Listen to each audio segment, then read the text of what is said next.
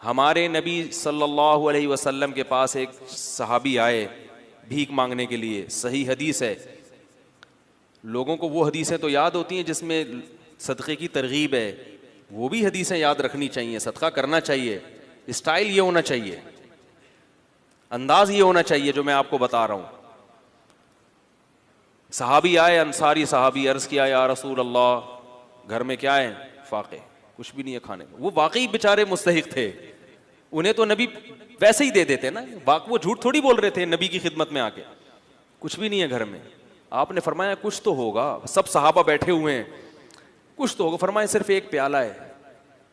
ظاہر ہے وہ پیالہ ہے جس میں ڈال کے کھانا کھاتے ہیں, وہی اگر بیچ دیں تو کھانا آئے گا تو پلیٹ ہی نہیں رہے گی گھر میں, برتن ہی نہیں رہے گا. آپ صلی اللہ علیہ وسلم فرمایا وہ پیالہ اٹھا کے لے آؤ. کیا کرو؟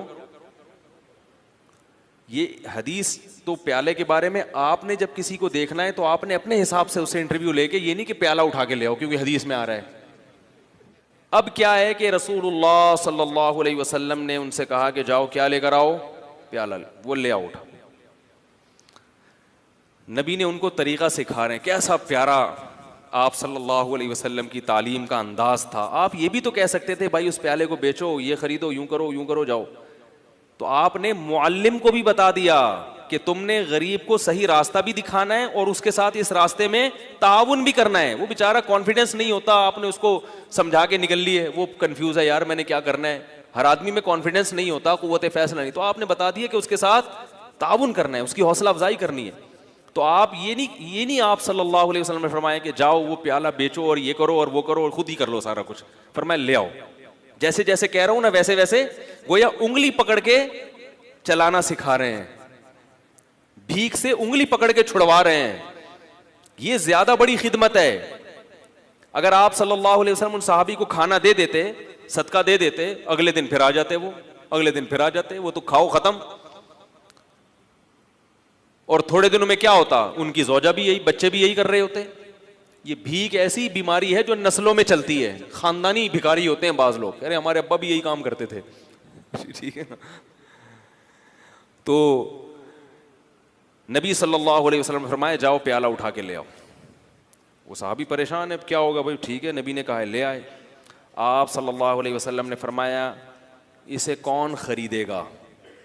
ہر چیز کا کوئی نہ کوئی طلبگار ہوتا ہے. ایک صحابی نے فرمایا 1 درہم میں یہ مجھے دے دیں. آپ نے فرمایا اس سے زیادہ میں کون خریدے گا؟ بھائی اب بزنس کا تو اصول ہے نا, سرمایہ چاہیے تو جتنا زیادہ سرمایہ لے سکتے ہو. ارے یار بھائی بزنس کا تو اصول ہے, حلال سرمایہ ہے. تبھی یہ یاد رکھو اسلام نے کسی چیز کی قیمت متعین نہیں کی ہے. نبی نے فرمایا دعوا الناس, لوگوں کو اپنے حال پہ چھوڑ دو, قیمتیں متعین مت کرو. ان اللہ هو المسعر, اللہ چیزوں کی قیمتیں خود متعین کرتا ہے. جس چیز کی قیمت اللہ نے بڑھانی ہوتی ہے مارکیٹ سے شارٹ کر دے گا اس کو, جس چیز کی قیمت اللہ نے گھٹانی ہوتی ہے مارکیٹ میں اللہ اس کو وافر مقدار میں پھینک دیتے ہیں. اس لیے اصل اصول یہی ہے کہ کسی چیز کی قیمت متعین نہیں ہے. آپ جو اپنی چیز دھوکہ نہ ہو اس میں, جس قیمت پہ چاہے بیچیں. لوگ کہتے ہیں وہ تو پھر اتنی قیمت چیز مہنگی ہو جائے گی, بھائی وہ آپ سے نہ خریدے, وہ ساتھ والے سے خرید لے. کیا خیال ہے؟ تو وہ تو خود بخود, ہاں گڑبڑ جب ہوگی جب تاجر مل کے آپس میں ایکا کر لیتے ہیں, معاہدہ کر لیتے ہیں کہ اس سے کم پہ نہیں بیچنا, یہ ناجائز ہے. اسی وجہ سے پھر حکومت کو انوالو ہونا پڑتا ہے, چیزوں کی قیمتیں متعین کرتی ہے. تو آپ صلی اللہ علیہ وسلم نے فرمایا کون خریدے گا؟ ایک صحابی نے کہا 1 درہم میں. آپ نے فرمایا کہ اس سے زیادہ میں کون خریدے گا؟ ایک صحابی نے کہا میں 2 میں خریدوں گا. اس سے زیادہ بولی لگ نہیں رہی تھی. تو آپ صلی اللہ علیہ وسلم نے فرمایا اس سے زیادہ میں کون خریدے گا؟ صحابی نے کیا کہا؟ میں 2 درہم میں. 2 درہم میں خریدا. 2 درہم آپ صلی اللہ علیہ وسلم نے ان صحابی کو دیے. فرمائے 1 درہم سے کلہاڑی لے کر آؤ اور 1 سے اپنے اور اپنے بچوں کے لیے کھانا لے کر آؤ, گزارا چلاؤ فی الحال, کیونکہ اب بھوک کا بھی تو کوئی علاج کرنا ہے نا. تو وہ گئے 1 درہم سے کیا خریدا؟ گزارے لائق. یہ نہیں کہ پیزا لے کے جا رہے ہیں, آج یہ بھی ہوتا ہے. اپنی حرکتیں ٹھیک نہیں ہیں, اتنی ارننگ نہیں ہے جتنا گھر میں خرچہ شروع کر دیا, اور کہہ رہے ہیں خرچے ہی نہیں پورے ہو رہے, خرچے ہی نہیں پورے. اور کہاں سے پورے ہوں گے بھائی آپ کے؟ آپ کی اوقات دکان آپ کی پکوڑوں کی ہے اور باتیں کیا کر رہے ہو؟ کروڑوں کی باتیں کر رہے ہو. تو اپنی اوقات دیکھ کر اپنے پاؤں پھیلاؤ نا. وہ جو بھی بیچاروں کو ملا ہوگا جو کی روٹی, بھائی فی الحال بیگم میری اپنی عادت کیا ہے کہ میں اکثر میں کبھی بھی کوشش کرتا ہوں کسی بھیک مانگنے والے کو نہیں دوں, الا یہ کہ جب 100% اطمینان ہو جائے کہ واقعی یہ مستحق ہے اور کچھ کر نہیں سکتا, وہ ایک الگ بات. میں جب میرے پاس بھی لوگ کچھ صدقے وغیرہ کے پیسے بھیجتے ہیں, کچھ میں اپنی طرف سے بھی صدقہ کرتا ہوں, تو میں کسی مزدور کو تلاش کرتا ہوں, کیونکہ یہ پتا ہے کہ یہ بیچارہ اگر مالدار ہوتا تو اتنی ٹف مزدوری, بولو بھائی, نہ کر رہا ہو. یہ مالدار نہیں ہے تو یہ مزدوری کر رہا ہے. نمبر 2, یہ آدمی لالچی نہیں ہے.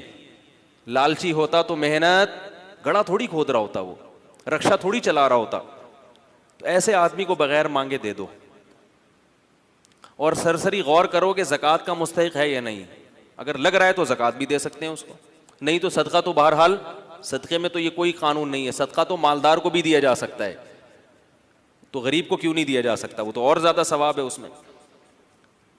اور بعض دفعہ اگر میرے پاس کوئی بڑا اماؤنٹ ہو تو پھر میں کیا کرتا ہوں, میں کسی غریب سے یہ پوچھتا ہوں, جو انٹرویو لیتا ہوں نا, کہ بھائی آپ یہ کیوں کر رہے ہو, یہ کیا ہے. وہ اس کو نہیں پتا ہوتا یہ مولوی صاحب مجھے چندہ دیں گے. اگر پہلے پتا چل جائے نا تو پھر چھوڑو ہوتے ہیں. پھر آج کل یہ غریب کیا ہوتے ہیں, لمبی لمبی چھوڑنا شروع کر دیتے ہیں, کہہ رہے ہیں مجھے 2-3 کروڑ روپے مل جائے نا, پھر ایسی باتیں شروع کرتے ہیں. ان کو نہیں پتا ہو ویسا ہی ہے, ہیلو ہائے, اور بھائی طبیعت سیٹ انڈی والان خا ٹول مول.